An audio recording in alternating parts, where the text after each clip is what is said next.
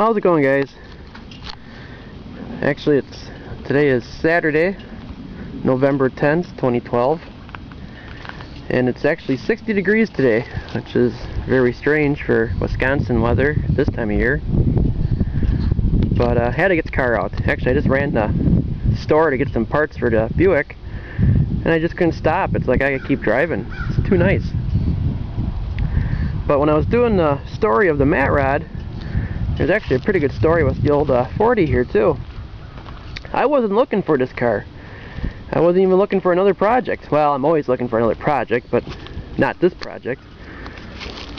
And I was talking to one of my buddies about, yeah, I need to find something for winter. And he's like, well, I'll look. And I go, yeah, you don't have to do nothing. Next day he calls me up and goes, guess what I found on Craigslist? I go, oh great. What'd you find? There's a 1940 Chevy. He goes, it's rough, no engine, no tranny, but I think it was $450. Oh, that's neat. Yeah, that's cool. And later in that day, I went and looked, and sure enough, it was sitting on a trailer, all wrapped up, all taken apart. Thinking to myself, I don't need that. It's cool, but I don't need it. So I had a car cruise, like a couple Sundays after that, and I stopped by his house and all, just have a beer, shoot the shit. And he's like, so did you ever call on that 40 Chevy? I go, no, I didn't. So he brings up on his phone, he dials the number. He goes, I'll call it for you. It's like, geez, Nick, you didn't have to. So he hands me the phone, talked to the guy, and he told me all about it. It was a project he bought. It's been sitting for like 8-9 years in storage. He just doesn't have time to do it, and he's looking to get rid of it. He said the car is rough, but for the most part it's all there, minus the engine and tranny and interior.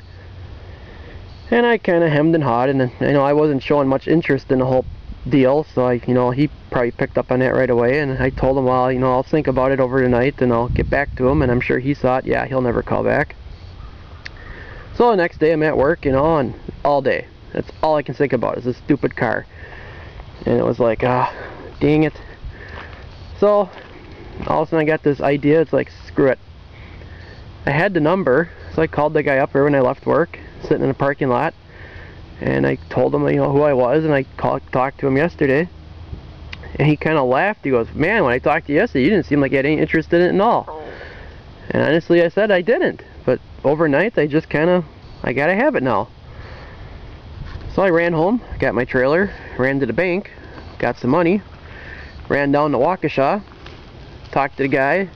It was in his storage, so by the time we got it dug out and loaded up, and I was heading back north again, my buddy Nick calls me, because I told him, I was going down to probably buy it, and he's laughing, I see I bought you a car. I go, yeah, I ended up buying it. He goes, well, guess what, I have another one for you. I go, really? And he goes, yeah, it's a 4-door, and it's north of town, a little bit cheaper, but it's a lot rougher shape. Give me his number. So as I'm driving down the freeway, I'm calling this guy, hey, so you got a 40 Chevy for sale? Guy's like, yeah, I do, just put it up. How much you want for it? I think that one was like $400. And he's like, well, I go, I'll tell you what, I haven't even seen it yet, but you can pretty much consider it sold. I'm coming to get it. And the guy's like, well, I'm not there, and he goes, what about tomorrow? I go, yeah, I'll schedule tomorrow. So I dropped this one off at the shop, the 2-door, right after work, bombed up to, I think that was up near Fillmore, pulled in, and it was rough, but it was a one-owner car. His grandpa bought it brand new in Milwaukee, and then it ended up in Eagle River. Spent most of its life up there. The guy I bought it from must have been in his 50s. He remembers driving it through the woods, like bashing it through the trees and that. Car was rough, but not too bad. So I made a deal, bought that, drugged that home. So within 2 days I had two 1940 Chevys, which if he would have asked me a week before then what a 1940 Chevy looked like, I would have laughed and said I have no idea. I always wanted a 40-41 Ford myself, but I'm a Chevy guy, so this worked better. So it took me 2 years to get it going. I'm sure if people who've been following along the last 2 years on YouTube, you saw all the work. The floors were pretty much gone, front to rear. This patch panel I had to put in, all the rockers were gone, just rotted away. The body itself was in really nice shape, especially the passenger door and all the cowl and all that. I mean, that was good. The driver's side was a little rougher, had a big rat hole in the middle of the door, which took a little time to figure out and fix. But for the most part, the car wasn't that bad. The frame was solid, and that was the thing that sold me when I was looking at it on the trailer. The frame was perfect. Rusty, but perfect. So I had an engine I was going to put in a different truck, so I ended up selling that engine. Used that money to buy the Mustang 2 front end kit, which bolted right on. Pretty much rebuilt the whole floor, because you can't buy a floor for this car. Being it's a 1940, it's a 1-year body. Go figure. You could buy everything for a 37 and 38 and 39 and older, but nothing for a 40, which I'm sure I could have probably made work, but for what they wanted for it, it's like, I'll just make my own. So that took a lot of time, making the cross members and making the floor pan, and it turned out good. I'm happy with it. Then it was, you know, I knew right away that I was going to make it a hot rod, and I wasn't going to run a hood. That was my goal. So 283 was picked pretty much right from the beginning, because my dad had a bunch of them in the barn, and he had one in a 41 Ford F3 back when I was a little kid, when we were still farming, and that was just a fun little truck to go bombing around in. It had, you know, just basic little exhaust on it, and it was loud and obnoxious. So I always wanted to build another 283, so right then and there it's like, yep, this car is going to have a 283. It's also going to be a manual. I don't want an automatic.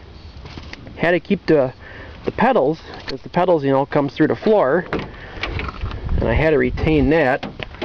And that was kind of a challenge, because there isn't a lot of room, nor do they make any kits for that. So made all my own stuff.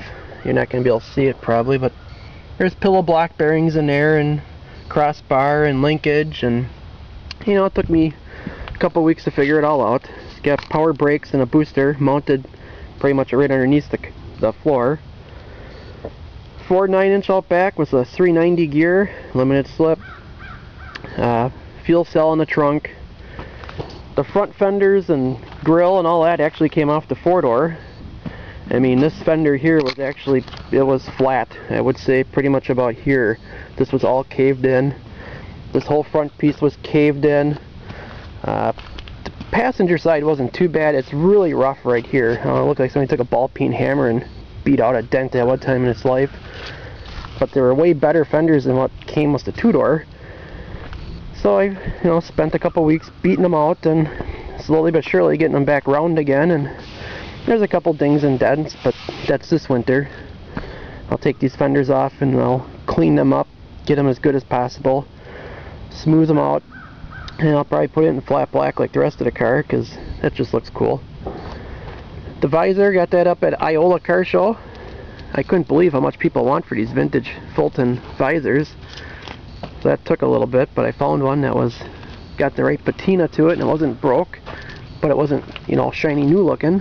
So that was perfect. The wheels, that's another cool story. My buddy Bob, he knew a guy who knew a guy who knew a guy who was cleaning out some storage unit down in Milwaukee somewhere, big warehouse, and there was this old 50s or 60s, I guess, race boat. And the trailer on this race boat had 4 of these aluminum slots, which are 10 inches wide, 15 inch. I guess the boat was junk and the trailer was junk from just sitting for so long, but the bias ply tires that were on here and that were flat and rotted, and they were going to throw them all away, and I don't know how Bob ended up getting them, but he got all 4 for pretty much nothing. So he told me about them. He's like, yeah, I'll pay you whatever you want for them, because those are cool. So that's what ended up on the back. And the front wheels, I was actually going to go steal, but I ended up finding, actually I bought a Nova, and these came with the Nova, the 72 Nova. They work. I mean, I wasn't even planning on putting them on here, and it's like, oh man, these are perfect. Little steel wool to them to clean them up, and they came out pretty good.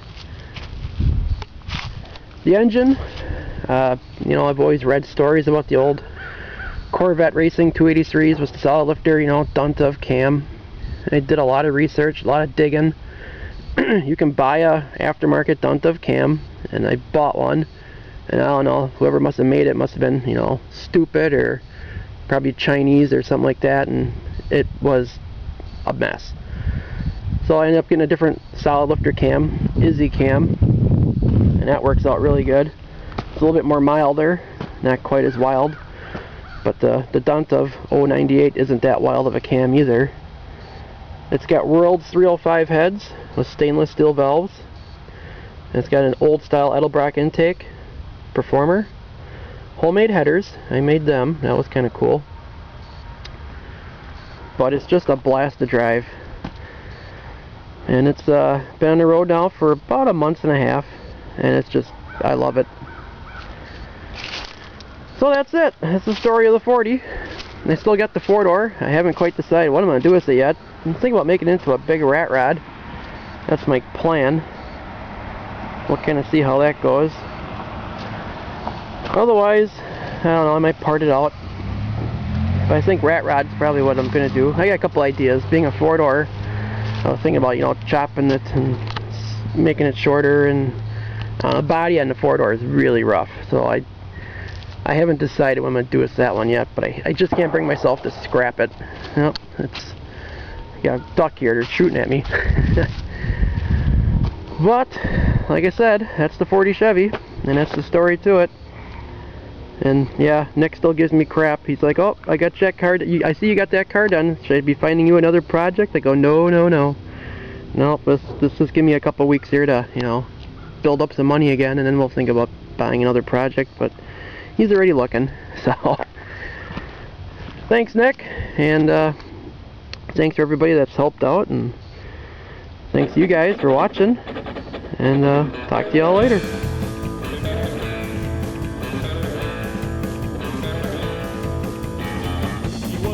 Of the road she was longing to see. If they were bound to hook up, it was in an RV. Screaming out of Jackson with all of her things, throw it to the wind and see what it brings.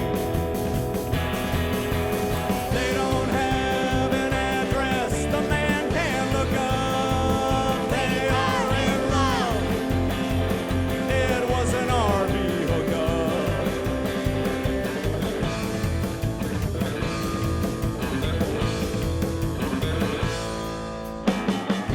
They had one philosophy, they were born to be free. Didn't want to be tied down to a crashing economy. Never had a paradise out there of their own.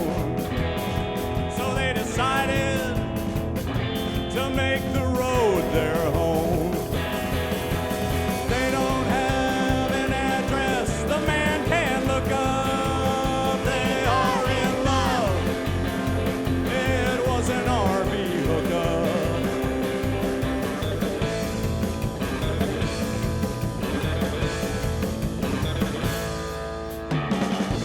Randy at the wheel and Symphony in the chair.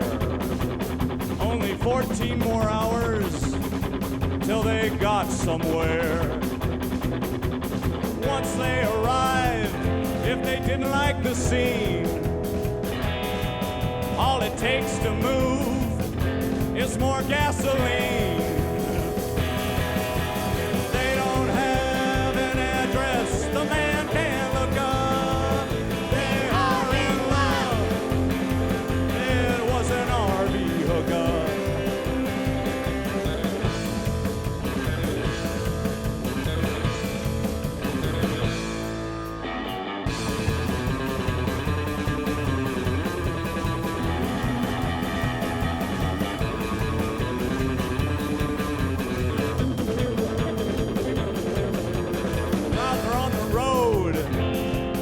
In style,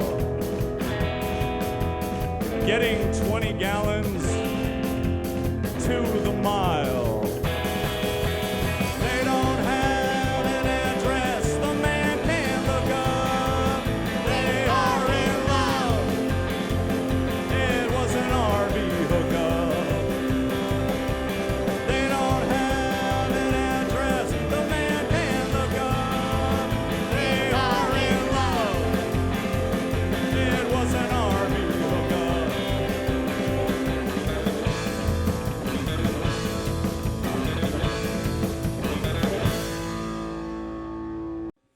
Well, I'm a staring at my hot rod, glaring in the backyard sun. It looks like she cooks, but the work is never quite done. I've been a saving and a wrenching, but I'm not sure I want it to run. With the car in park, we can have so much more fun. Oh, baby, I like the feel and a hole in the wheel, knowing soon a piston I'll be pushing the steel. She don't need dinner or a driving movie show. I got my hot rod purring, it's a go, go, go. I got the fastest car you've ever seen.